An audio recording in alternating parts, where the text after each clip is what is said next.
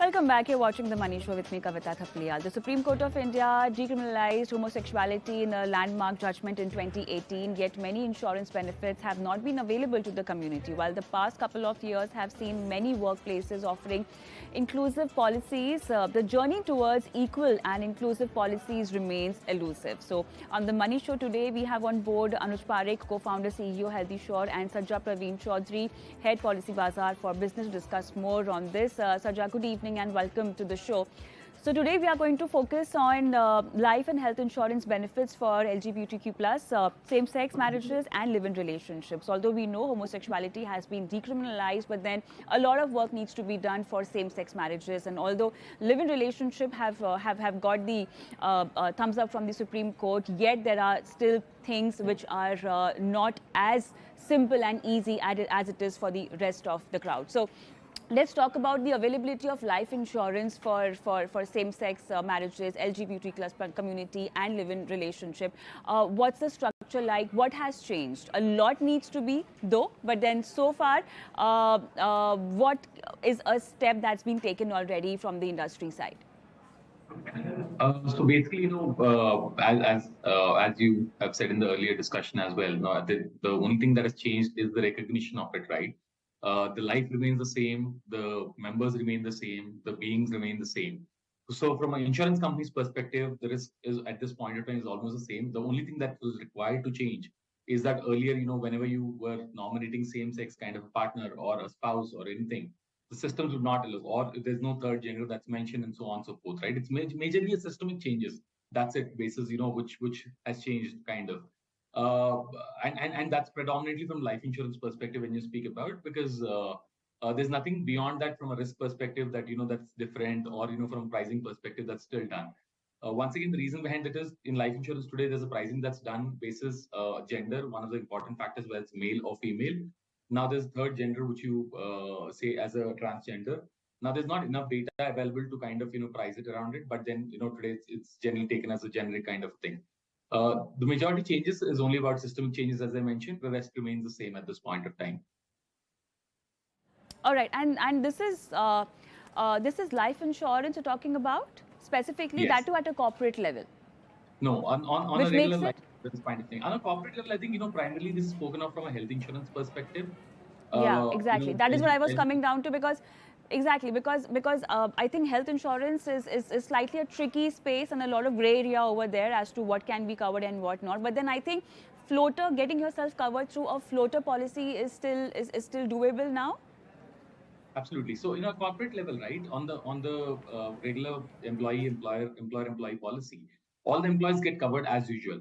Now, as part of that, what started happening is the specific cover, which is called by the name of LGBTQ cover, which has got started to get added to that policy kind of thing. Now, what does this cover? The basic thing is, as I said, the premise is the person is the same. There is no change in the person, or there's no change in risk at this point of time that the insurance companies see. So it's predominantly about accepting when you have a life insurance policy for employee who's stating that his spouse is also of the same sex, allowing that to be covered instead of rejecting it, and similarly covering them as usual as a regular for regular hospitalization is there in the policy, right? That's the only thing that changes, allowing same sex partner kind of thing. Now, apart from this, there are certain things which the community specifically undergoes in terms of hospitalization or certain treatment, which is basically say a general reassignment surgery or certain stuff related to it, which is a series of consultation plus hospitalization plus surgery kind of thing. Now, is the kind of these surgeries are generally not covered in regular policy, and these require a certain add-on coverage kind of thing, because the corporate policies are generally a tailor-made policies where any kind of covers can be tailor-made from corporate to corporate kind of thing. These are taken very less in number at this stage, but these are something which are available and can be tailor-made at any point of time and can be taken by corporates as an add-on. So basic cover remains as usual. The add-on cover they want to, in terms of covering extra hospitalization, which is specific to this category, it's up to the corporates which can take when under the tailor-made policy.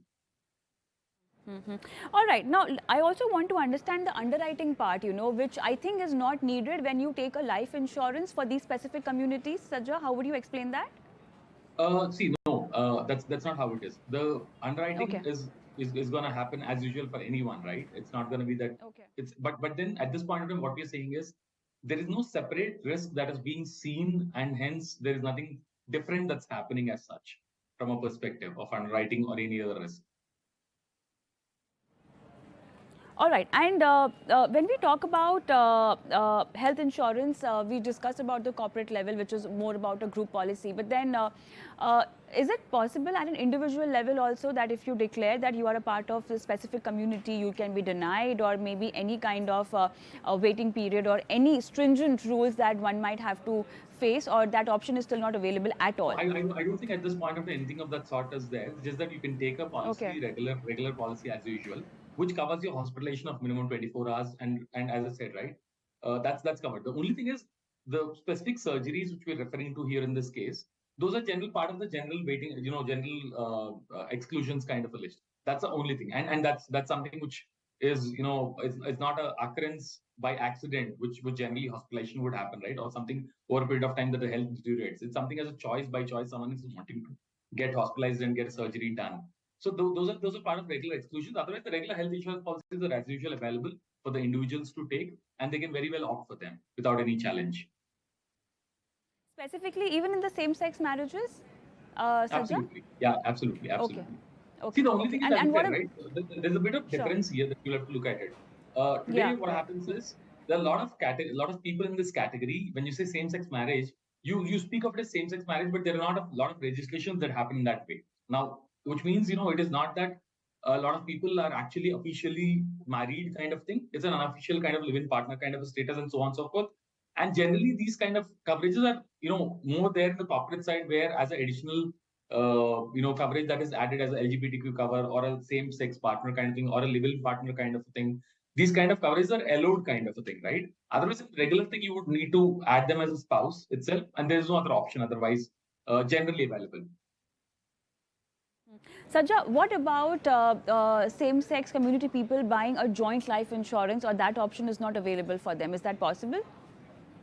I think more clarity is required, awaited there, as I see at this point. Not much that we could discuss at this stage. Sure. All right. I think we also have Mr. Anuj Parekh with us. Thank you so much, Anuj, for joining the show. And we are discussing about specific communities and their health and life insurance coverage. So the question to you now is, what kind of documents you think the LGBTQ plus and people who've had same-sex marriages or even the other specific communities we're talking about have to really submit when they are opting for a life insurance or a health insurance coverage? Yeah. So fundamentally, that we see the space that we operate in, which is group insurance, which tends to create inclusive benefits for employees. We see that insurers are very much okay with a declaration coming from the employee saying that he or she is the partner that he or she wants to cover under the policy, whether it's as an LGBTQ partner or a live-in partner. The process is extremely seamless. There's no further documentation needed.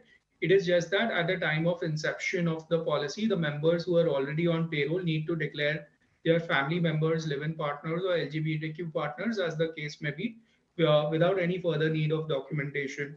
And only for new joinees, the window would be open that as and when they join the organization, they can declare such members.